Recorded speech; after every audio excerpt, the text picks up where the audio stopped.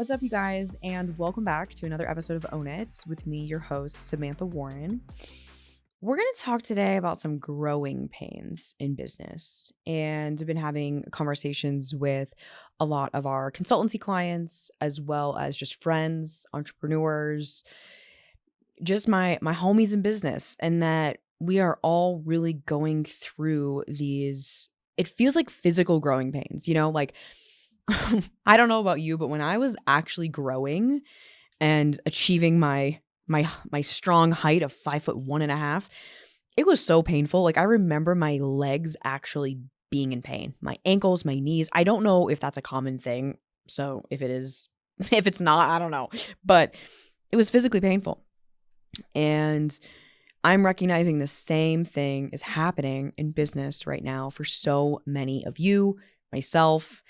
I think just collectively, there is this like sticky, like, and I want to talk today about navigating growing pains, first of all, and also what's going to help the growing pains be soothed, and how to get yourself into your own next personal level, whatever that means. So for me, to give some context, what that means is I have primarily run my business pretty much on my own, plus having virtual assistants, online business managers, incredible talented people that have helped me build things. And, if you guys have been listening to this show for over a year now, then you'll know that in June of 2024 is when I decided to leave the coaching industry and start a podcast and media company. And that's a completely different model. It's a completely different business. Though I was doing a lot of similar stuff when I was coaching business clients, what I really wanted to do is build a creative agency. I wanted to build something where I could partner with my clients and work with them and like get in the weeds of things and build with them, create with them. And so it's a completely different business model. It's a completely different way to work with clients. And it's also a completely different team. I no longer just need somebody to do things behind the scenes. I now need to hire A+ talent for my company to help represent what I believe in and help build with me, which is a complete mindfuck because I've been used to being the one who's delivered all the services. I've always been the service provider as the business owner. Now I'm moving into the CEO of the vision and the holder of the vision and the primary consultant, and bringing on other people who can support me in building the deliverables and building with our clientele. And that is a complete ego death. It's a complete shift in how I think. The responsibility of having a team, being actually able to build the thing I want. And I think that in the last business, in the coaching business, I realized like I just capped myself because I wanted to deliver a quality thing with all my humans. And I wanted to be in the weeds. I wanted to be immersed one-on-one. I remember I had a mastermind, you guys, where they didn't get one-on-one support. Like they didn't pay for that. But I voluntarily offered an extra one-on-one call, which is probably silly, but I just wanted to be in it with them. And I realized that I was thinking I wanted to build this like big business that like had hundreds of people in my groups, to realizing like I actually just want to work with premium clients and I want to go really deep with them. And I think that's how I've always wanted to build. I just almost kind of had to give myself permission to do so. So all of these growing pains that have been happening in voice and visibility has brought up a lot in me of where I've held on to control too much, or where I've resisted delegating because I'm scared that it's not going to be as good as if I did it. And like all the things that we struggle with as moving from solopreneur business owner to, no, I'm like running a company, and how do I get my vision into the hands of the people that want to help me build it, and how do I empower them to be their best, and how do I make sure that everything is fucking working? Like there's like so many other solutions to create once you have multiple people. And like, there's a whole new level of communication that I'm being asked to be in. And I think that this is one of the biggest leaps in my identity that I've ever had. And you might not be going through the same exact leap. You might not be going from like solopreneur to CEO, but maybe you're going from one industry to multiple industries. Maybe you were a coach. Let's just say, I'm just going to use an example of someone I know. Maybe you were seeing yourself as a coach, but now you're actually starting to see yourself as a founder and an artist and a creative and all these other things, right? It's like your identity is starting to expand. And when you become more things, it really does bring up a lot of stuff for you, growing pains, or how you even see yourself. It starts to challenge and threaten your ego a little because you've known yourself in one way, and now you're starting to see yourself in a bigger identity or multiple identities. And I am such a fan of giving you a permission slip to own multiple ways that you show up. You know, if we look at like my bio on my site, it says I'm many things. I'm a founder, I'm a media host, I'm an MC, I'm a speaker, I'm a athlete. We could fill in so many of these things. And I think that we are so conditioned in society to pick one lane. And though I do think having cohesivity between what you do is important, it's also, you're allowed to do many things, you know?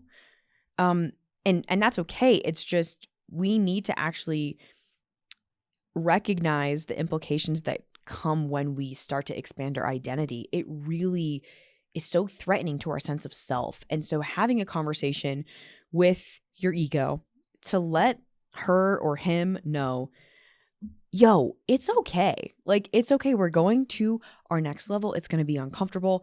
You're going to feel some things. You're going to have conversations with yourself and others.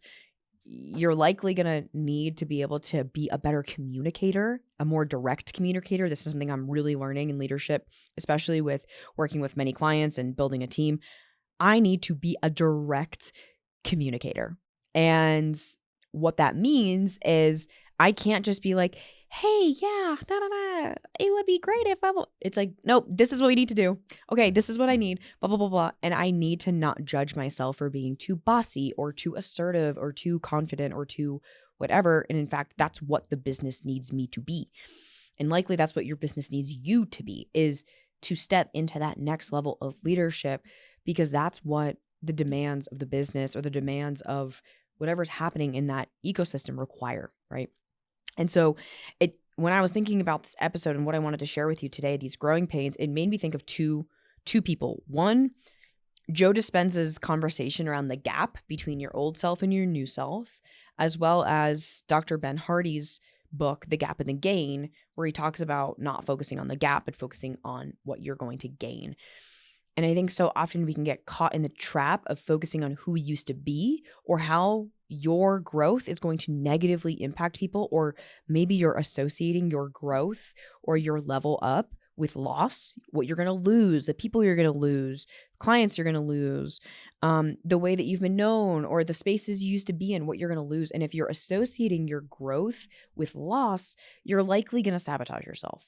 But if you can start to focus on the gain, if you can start to focus on why this is going to be amazing, you will take steps to get you closer to where you want to be. But if we have these negative associations with growth, then we will cockblock ourselves from success. We really will. And so maybe right now it's an invitation for you to see, okay, where do you want to go? What is the identity that you're stepping into truly? And what are the negative connotations that you're associating with that new identity? What are you afraid is going to happen? Who are you afraid you're going to lose? When you start to actually get more intimate with your fears, you start to realize that these fears have likely been holding power over you, but they're either likely not going to happen, or if they happen, those people or those things or those scenarios were not meant for you in the first place. And if you can start to make peace with that, you will start seeing your growth on a leadership level, on a business level happen much faster, because you're not working against yourself. You know, one part of you wants growth, but one part of you wants the comfort of staying where you are. One part of you wants to scale the business, but one part of you doesn't want to let go of, the old group that you were in, or the old coach you were working with, or the old relationship or friendships that you were in. And it's hard. There's grief. It is challenging. It's the biggest spiritual journey you're going to go on, is building a business, because it's going to require you to die over and over and over and over and over again.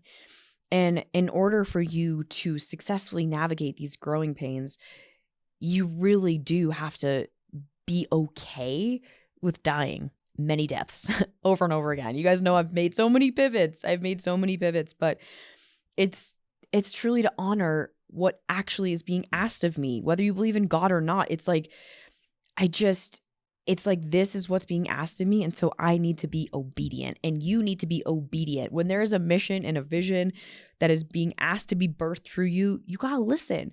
And your gut knows when you maybe surround yourself with this type of person, you're like, this is not in alignment for me anymore, And some days you just wake up and you're like, it's not it.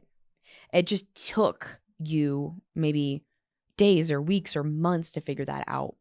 And when we can shorten that gap, I think the growing pains are less painful, because we can kind of rip off the Band-Aid. We can realize, hey, you know what? This relationship's not serving us. Or, hey, you know what? This offer or this service that I was offering is not working anymore. I need to change it because it's draining me more than giving me life. We need to have the things in your life, the people in your life, the way that you work, to be giving you a positive ROI. You do not need to sacrifice yourself or struggle your way to success and happiness and fulfillment. That is a lie. And so I want you to feel like your business, and the way that you show up in your relationships, that you're showing up in a way that feels like home. It feels like true to you. And it might be uncomfortable. It's like when you try on a pair of heels, or you put on a new pair of boots. They might not be as comfortable at first, but that you just have to navigate that breaking in phase. And I'm going to tell you, the same thing is true for a new identity. When I stepped into owning, like, yeah, okay, I actually need to step it up and be the CEO and not be the only one doing the thing, because I was burning out. I had such inner turmoil. I literally cried so many times about it, because I was like, I don't want to be a CEO. Maybe I shouldn't be a CEO. Wow, what the fuck? I kept coming back to it, okay, well then what else am I going to do? And I just realized that is what is being asked of me. And it is genuinely what I want. It's just my human is having a fucking temper tantrum, and I'm going through the growing pains. And it is messy when you're navigating a big shift.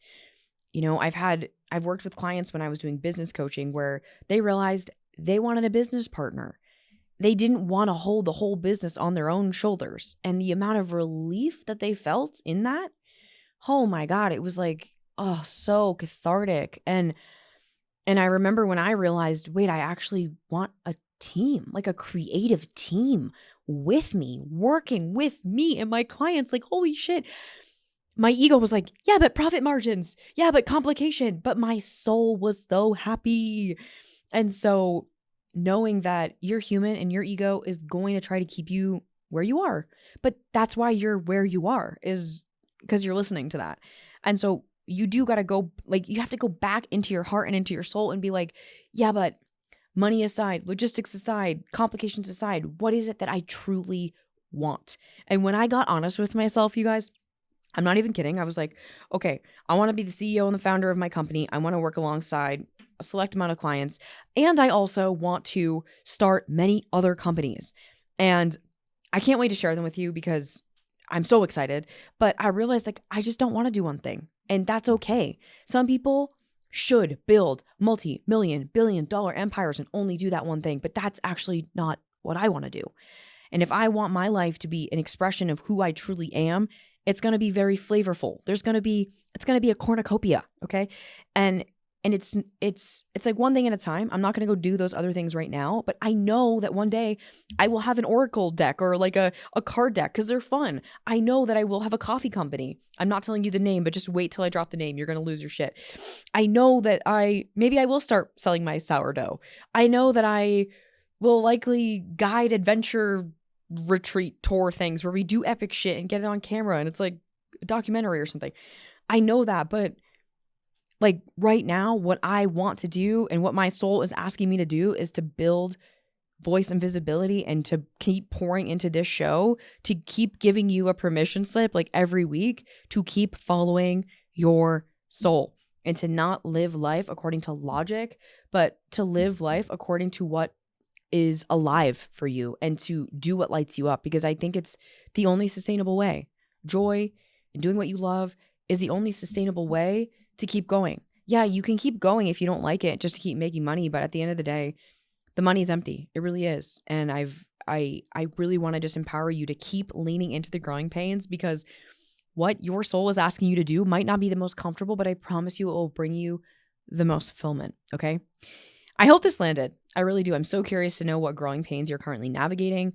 If you're watching on Spotify, if you're watching the video, please comment below, because you can do the comment feature. On Apple, you can't do that. On YouTube, you can do it. And if you're watching this as clips, please let me know on social media. But wherever you are in your growing pains right now, you don't need to be making the jump from solopreneur to CEO. Not everyone's supposed to do that. Not everyone should do that. You got to do what's true for you. But whatever growing pains you're navigating right now in your identity, I just want to remind you, it does get easier. Just keep leaning in. Keep listening to the call of your soul, not your logical, analytical mind who wants to keep you safe and keep you stuck. And that we're all in this together. You know what I'm saying? So please, if this episode resonated, screenshot it, share it on your stories, tag me, share the show with anyone who is looking to live a more joy-filled life, one that brings them so much happiness and aliveness and opens them up to wild opportunities and so much magic. I can't wait. And just a reminder to go own it. Okay. I love you. Thank you. And I'll see you next week. Bye.